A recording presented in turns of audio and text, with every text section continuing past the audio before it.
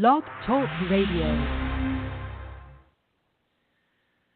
Hello, everyone. Good morning. This is Laurie Smith. It's One Child Abuse Survivor to Another Restoration, and it is Friday, August the 19th, 6:30 here in the morning, and I'm just having a coffee, waking up. Glad to be here. Glad to be able to do these shows, and just hope you're having a good morning so far. I just kind of woke up a little bit ago, and this morning we're just going to look at morning reflection. See how we're doing on our journey, healing journey here, and look at some positive reinforcement, some self-care ideas and some coping mechanisms and things like that. Meditation for the day. So thanks for joining me here. I appreciate it. I appreciate everybody who's taking the time to tune in and listen to my shows, and hopefully they're getting something out of them. I know that I do. And so hopefully they're helping somebody else out there too. And so we'll get right into it. We're going to look at the morning reflection. How am I feeling this morning? How am I doing on my healing journey? Any particular things I need to work on? I feel pretty good this morning. I haven't been up all that long. And Friday morning I kind of like to sort of sleep in on just a little bit. And because the rest of the week I'm up, during the weekdays I'm up pretty early. So I haven't had a lot of time to think about it. But this morning I feel pretty good. And just always looking forward to the weekend, and but I'm just glad to be really refocusing on my healing journey. So I'm feeling pretty good about that, and so that's where I'm at this morning. Safety checklist. Are we safe enough to do this?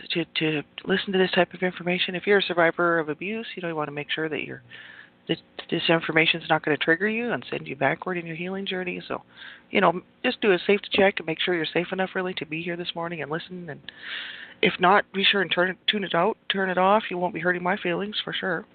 And, you have to be safe, right? So as a survivor of abuse, if you're not sure what that's all about, I found some great information years and years and years ago on the ASCA Survivor to Thriver manual. And it's free. It's a download. You can download from their website, ASCA. That's Adult Survivors of Child Abuse, and you can get that for free. Just download it or read it on their site. And they have a safety first section that's like 60 pages long. That's the very first chapter of that Survivor to Thriver manual. So you can check that out and just to make sure that you're, how to recognize whether you're safe enough to listen to something like this, so it doesn't trigger you or cause you to hurt or harm yourself or somebody else, right? So make sure you're safe enough before you listen to this. And we'll get right into this. I want to look at the Victim to Survivor to Thriver info from HAVOCA, HAVOCA.org. And we're just looking on the next one here. Yesterday's was the victim believes everyone else is better, stronger, less damaged. The survivor comes out of hiding to hear others and have compassion for them and eventually self. And the thriver lives with an open heart for self and others. And this morning, I want to look at the victim is often wounded by unsafe others. The survivor is learning how to protect self by share and then check and then share. Share, check, share. And then the thriver, they say, protects self from unsafe others. And this is, that's pretty good to look at. I know as a victim, often wounded by unsafe others. That can still happen even today, if we're not really careful with our boundaries and setting boundaries and what we're going to tolerate in our life and what we expect from others and what we expect from ourselves, so that we're not re-victimized or re-wounded. Because it's really easy for people to hurt people, unfortunately, and people do, and sometimes they don't mean to. So the victim might be often wounded by unsafe others. That's unsafe others. That's people that, as far as unsafe goes, I think that really means people who are really, they're either sort of unstable, or they're abusive type people, or just anything like that. So victim is often wounded by unsafe others. I'd say that's I used to be that way. The survivor is learning how to protect self by share and then check and share, and that's probably where I'm at, in between that and protects self from unsafe others from the thriver. So I'm in between the survivor and the thriver there. More towards the thriver on that one, because I've set my boundaries, did a lot of boundary work, but the survivor learning how to protect self by share, check, share, and I think that as survivors of abuse, we do need to assess these types of things. If we feel that someone who's in our life, in a relationship, any type of relationship, really, whether it's working relationship, friendship, whatever it is, if we feel like we're being wounded by these people or this person, and it's, it feels like the old abuse, that we might have suffered as children, obviously there's a problem there, and with that relationship. And, we need to learn how to protect ourselves from that sort of thing. I know that I've done a lot of work on that, and I actually, protect myself from unsafe others. I mean, I did that by really removing people out of my life who were still continuing to abuse me psychologically, emotionally, right? So, which is really unfortunate, but I had to do it for my own safety, for my own protection, really. And really it was so that I could have a good life and move, forward in my healing journey and actually take care of myself. I had to actually remove several people from my life. And, it's it's a for me it was difficult because, I mean, I removed the rest of my family. But my family is very toxic, and they're not my immediate family like the rest of my siblings. And my dad is mentally ill, and he was one of my abusers. I don't know if he's still living today because I cut my family off. But so many times, survivors of abuse, this can happen. As far as friends go and things like that, I mean, I've had some friends in my life who were not as far what I want to call toxic, in the relationship, and then I've had some that were very toxic. And you know, as a survivor of abuse, I've had to learn how to set those boundaries. And so I have a better time now where, in relationships dealing with people, because I have set the boundaries, and my boundaries are very clear on what I'll tolerate and what I won't tolerate. So I don't have a lot of people in my life actually who then have any opportunity to hurt me, because I don't, I've set those boundaries. And so it was a healthy thing to do. I'm glad that I did it. It did take some time to do that, and to work through it and learn what are my boundaries and what am I going to accept into my life, and then to stick to it, right? So I've got clear boundaries set, and that really protects me from a lot of problems with people. But I know that, before he had done that, I had a lot of problems with relationships with people, and so I'm probably more towards the thriver on that than even the survivor. So I've done a lot of work in that. So that's interesting, and this is a great website, Havoca.org, and you can go and just check out all their info there under the survivor information. They have a great set of information for people who are survivors of abuse, right? So we're going to look at their Havoca's guilt and shame. We'll pick up there. Sort of started that article off yesterday, and you can go back if you want to listen to the first part of that. The next portion is, the first portion was as a child, right? This was guilt and shame as a child. This is what they had to say about that. Guilt and shame as I got older. This is the next section. That's what they titled it. And they said adult responsibility and comprehension does not descend easily or magically, but is learned from the memories and patterns and distortions of childhood. So many a survivor, they said, has visited us accepting the arguments above that a child is not responsible for being abused. They said, but how far along their graduation into adulthood can they sustain that belief? And many will have difficulty in believing that stopping the abuse was by then out of their control. And once it had commenced, they said, abuse will usually continue until the child, him or herself, instigates its end. So this gives rise to a further, more complex guilt, because although many adults can accept that as a child they were not responsible for being abused, it is less easy to understand why they let it, quote unquote, let it continue into adolescence and even adulthood. So they're talking about child sexual abuse mainly here, And they said, but the grooming will again be paying dividends to the abuser. The carefully cultivated threat that the child is responsible for the abuse will be reinforced by the further threat that they will also be responsible for the repercussions of disclosing their secret, quote-unquote secret. So it says the feared breakup of one's family stability, the loss of security, the incurring and the responsibility for the pain caused to others, it is a most foreboding deterrent to breaking the established cycle. They said, and the abuser knows it. And there's also, of course, the fact that much of the physical and sexual contact may, as a child matures, awaken the natural curiosity of puberty. So this is mainly talking about child sexual abuse here. This is what I'm getting from this article. It says it's natural for a child at this stage of life to be curious about the changes that are occurring into its body. But for a child who's being abused, this exploration will become inextricably linked with and tainted by the abuse. So really, I mean, they're talking about child sexual abuse here, but could kind of go for all types of abuse. I mean, I see this, kind of relate to this article just even on the physical abuse and the emotional, psychological abuse I suffered from my parents, right?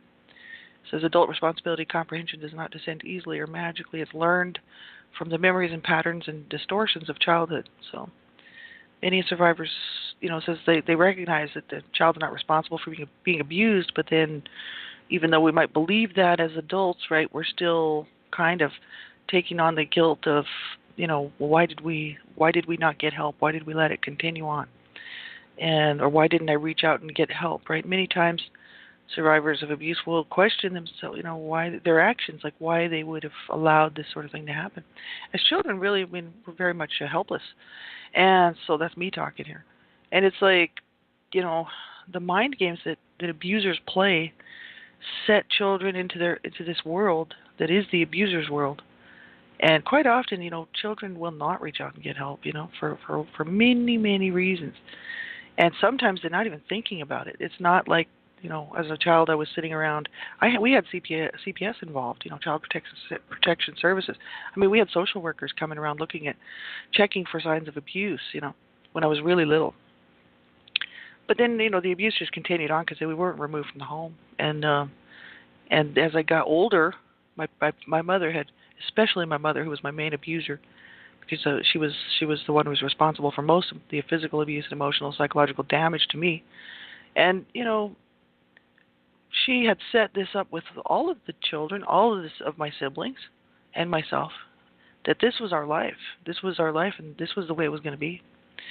And so when that's drummed into you from birth, really, that there's no help for us. We don't look for help. We don't go to outside sources for help. If we tell anybody about the abuse, there's consequences. And so what they're saying is kind of very true. They're saying the carefully cultivated threat that the child is responsible for the abuse, or even that this is just sort of the way things are, right, will be reinforced by a further threat that they will also be responsible for the repercussions of disclosing the secret. So they said the feared breakup of one's family stability, the loss of security, the incurring the responsibility for the pain caused to others is a deterrent to breaking the cycle, right? The abuser knows it. So that's very true. Like, my mother knew what she was doing. The reason that our parents didn't take any of us to see doctors at all, ever, was because of the abuse. And my parents were brought up on child abuse charges. And so I was never taken to the doctor, ever. Even after some of the abuse episodes where I needed to have medical attention, hospitalization or medical attention. And we were not taken to the doctor because my parents knew that they would be arrested on child abuse charges again and busted. And that's why they didn't get us any help, and they also didn't want to be arrested. It's not that they wanted the family to be broken up, because my parents were both abusers, both of them were, and they were both very highly abusive towards each other, and I don't think they cared if they lost the children. That wasn't so much it. It was more that they didn't want to do jail time, or they didn't want to have anybody knowing about or looking down on them. They were very much into keeping the little family secret going, so that they could live this lifestyle where they would abuse each other and abuse the children at home, but then they would still go out and do these social activities with neighbors, for picnics or backyard barbecues, things like this. And back in the 70s, that was very popular. Everybody would have block parties, and everybody would have these big barbecues down in the States, and get together. My parents liked to be thought of as these really awesome people from Canada with all these children, but what they put that front on, and then made us keep the abuse to ourselves. I mean, I was told that I would be killed if I told anybody, by my mother. And I believed her, because my mother was generally attempting to kill me, so physically and in every other way. And then when the child sexual abuse started, my brother actually threatened to sodomize me if I told. He said he would sodomize me repeatedly every night if I told. And I was panicking. I was afraid. I was 8 years old. What am I going to do? So people, sometimes they said, adults who were abused as children, well, no matter what the type of the abuse is, will, have a hard time understanding why they didn't get help, why they didn't reach out, and why they let it continue, they're saying, into adolescence. I don't think that survivors of abuse, I don't think children let it continue. So I don't really agree with that article too much. I mean, children don't let things continue. Children are the reason that they don't get help is pretty well every reason you can think of. And it's really unfortunate. And sometimes children do reach out and tell somebody, and it doesn't work out, because either that person doesn't follow through with it, the other person that they've told, or maybe the person that they've told is someone who, you know, just doesn't want to get them help, doesn't want to get involved. Maybe they don't believe the child. There's so many issues here that it's not just that the children would just allow things to continue on as they go, you know. And also, but they're right about what I like about this article is that they said the feared breakup of one's family stability, the loss of security and whatnot, right, is a deterrent really and that's very true because children generally, even if they're being abused, that's all they know. That's all I knew was my family. That's the family that I had, you know. And so I didn't want to be removed from my home. I didn't want to be put into another situation with other adults. I didn't trust adults in the first place. And so, you know, and I also wanted to force my parents to take care of me and to love me and to do the right thing. And as a teenager, that's really what was my main goal because I could have been removed from my home. And I had a couple of interventions done where I could have been removed from my home. And I actually chose to stay in the home. People would say, well, why would you do that? I mean, I talk about it a lot in my other stuff. But this is the reason why, is because, you know, it was, you know, that I really was hoping that my mother, especially my mother, because I really cared about her, would do the right thing, you know, and stop hurting me and protect me and do the right thing and take care of me. Which, you know, I mean, I stayed in the home, but I never got what I needed. I never got that what I needed, you know. And so it was hard as an adult then to realize that I actually sacrificed a lot of my life, you know, trying to and hoping and wishing for something that was never going to happen, which was that my parents would actually have cared about me and loved me and done the right thing for me, and that the child sexual abuse that I suffered at the hands of my brother, that my mother would at least have acknowledged that what she did was wrong by allowing it to happen, allowing it to continue on for almost a year, and did nothing to help me. You know, I could have died, you know, from the infection and from the abuse, right? And so, you know, but my mother was, like I said, one of my main abusers, and actually she was my main abuser, and she actually had attempted to kill me a couple of times, so I don't think she was worried about me dying, you know, from the child sexual abuse. She didn't care. So this is a real problem for people, and I know, you know, if you're a survivor out there, you know, we have to, what I learned really since as I got older, I mean, children, you know, there's no way that the child abuse was our fault. You know, there's absolutely, we're not responsible for what other people do to us. That's their responsibility. There's nothing that a child could ever do to deserve to be treated that way, or to cause someone to want to treat them that way, whether, no matter what kind of abuse it is, whether it's just neglect, child sexual abuse, whatever kind of abuse. It doesn't matter. There's no excuse for it. See, there's no excuse for abuse. And when you think of that and you actually keep that in the back of your mind, you know, when I go through and I think about the horrific stuff that I suffered and my siblings, but even just me, you know, not looking at the stuff my siblings suffered, but just saying me, you know, just looking at my trauma from the abuse that I suffered, you know, there's no excuse for abuse, and there was no excuse for the way that I was treated as a child. But I'll never get that back. I'll never be able to get that back, right?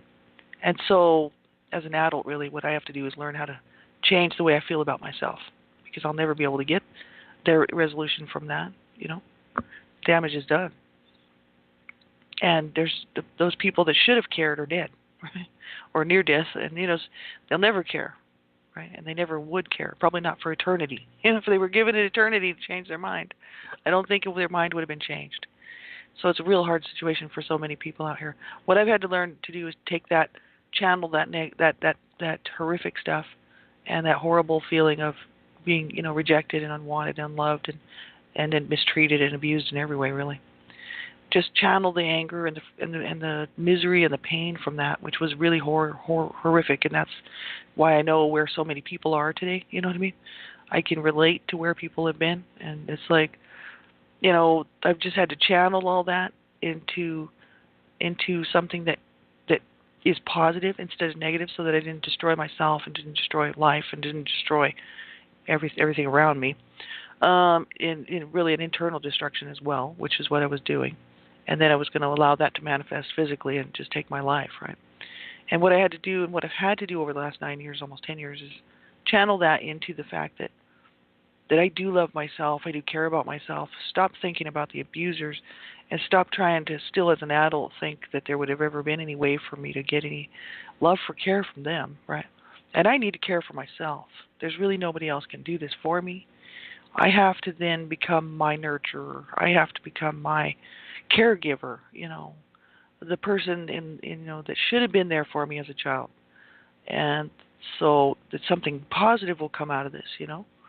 And so I had to change the way I felt about myself. I have done a lot of serious work in this area. And I mean it's been it's kind of gotten me where I am today, right? Which is somebody who loves myself, cares about myself enough to actually continue to get help and reach out. And that I didn't deserve that, and then no child does. And to acknowledge the abuse and the horror of it, right? But then also to acknowledge my own issues of not dealing with things, and actually do the work that's necessary to get help, and to make sure that I don't continue spiraling downward. And something positive has to come out of this, and that the positive in this is that I wake up every day, and that's my justice, that's my victory. Is I get up every day and I love myself, I take care of myself, I don't hurt myself, I don't attempt to self-injure or wound myself.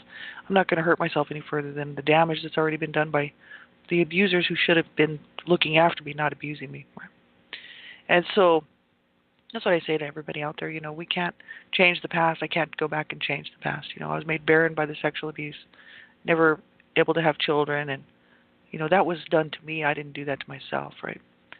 And these are the things I have to face when I wake up every day. But the issue is that by me waking up and saying and finding joy and peace and love within myself, about myself, and for others around me, that's my victory. They couldn't kill me. They couldn't even get me to kill myself. And so that's, as abused, children, we certainly did not deserve that. And as an adult, I certainly deserve to have a good life.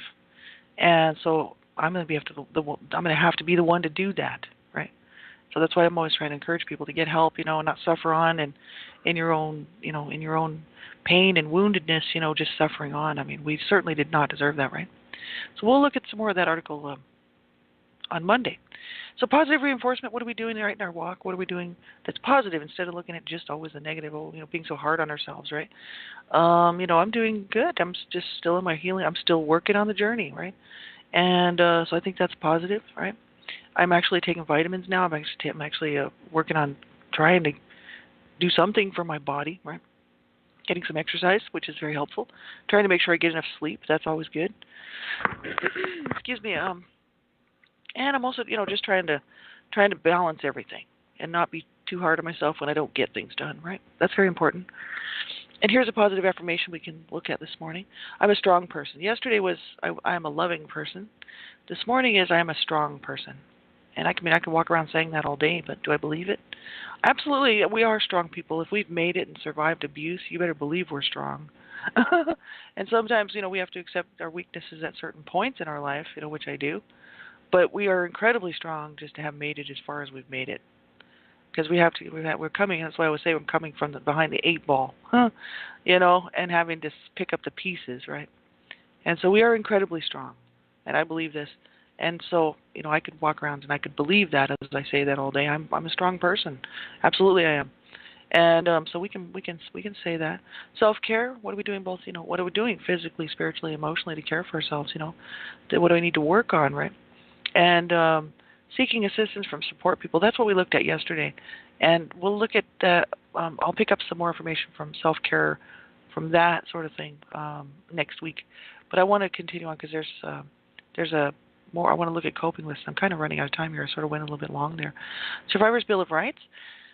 For the preservation of boundaries, personal boundaries, you have the right to choose to accept or decline feedback, suggestions, or interpretations. This is Avoca's Survivor's Bill of Rights. And I think these are really, really cool. Yesterday's was to choose to speak or remain silent about any topic or at any moment. That's our personal boundary right. So this morning's for the preservation of personal boundaries. I have the right to choose to accept or decline feedback, suggestions, or interpretations. I mean, I can politely just be nice to people and not be rude to people, but I can decline and refuse feedback, suggestions, or interpretations. I don't have to accept those. It's my choice. I can accept them if I want to, or I can decline them. That is my choice. And that's absolutely true. That is your choice. we do have rights, and it's very important to remember these things. And that's why if you go to Havoca, HAVOCA, Havoca.org, I did pop the link in the chat room. Look on their Survivor tab information, and you'll find this stuff. And this is Havoca Survivors Bill of Rights. And this is so important to look at because we as victims or survivors of child abuse, right, our rights were totally, negated, right? I mean, people who were abused generally don't feel that they have the right to even life, And so, right, we have rights, and we need to make sure that we rehearse these and look at these and remember that we do have rights. It's very, very important because that's really how we can move from victim to survivor to thriver, is realizing that we do have rights and that the power and the control of our healing journey is our right, and it's our path, it's our journey. We need to make it. But then we need to think about, and we need to get very sincere about what we need. If we're going to move forward in our healing journey and we're actually going to make progress, we need to understand our needs, right? So we can't, expect that other people are going to know what we need and just, I don't want to make waves, cause waves, because that's so many times that's the issue with survivors of abuse. But then, in the meantime, we're hurting ourselves still because we're not getting our needs met.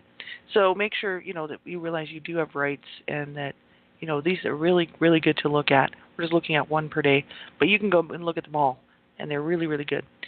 Personal Bill of Rights, this is from Charles H. Whitfield. He's a MD. This is a Healing the Child Within. This is actually everywhere. You can find this little Personal Bill of Rights things from Charles H. Whitfield just about everywhere. And I saw it, and I thought, this is really, really good. And we're looking at number 14 on the list here. And he's got, I think, 38. Yeah, there's 38. So we're at 14. I have a right to expect honesty from others. And that's very true. I have the right to expect honesty from others. Now, then I need to be honest with others, though. See, this is how I look at life. Whatever I expect from other people, I need to do the same. So if I expect to be treated right from other people, I need to treat them right. Because that way I can sit there and say, I treated them right, so why are they not treating me right as an adult? Come on now. And so that's how I gauge everything. I want to be treated with respect, so I treat other people with respect. And so it says I have the right to, to expect honesty from others. Well, then I need to be honest with others. I can't expect somebody to do something that I'm not willing to do. If I'm not going to be honest with others, I can't expect them to be honest with me. So I need to be honest with others, and I have the right to expect honesty from others. I think that's very good. And so we'll move on to the next one we're looking at here.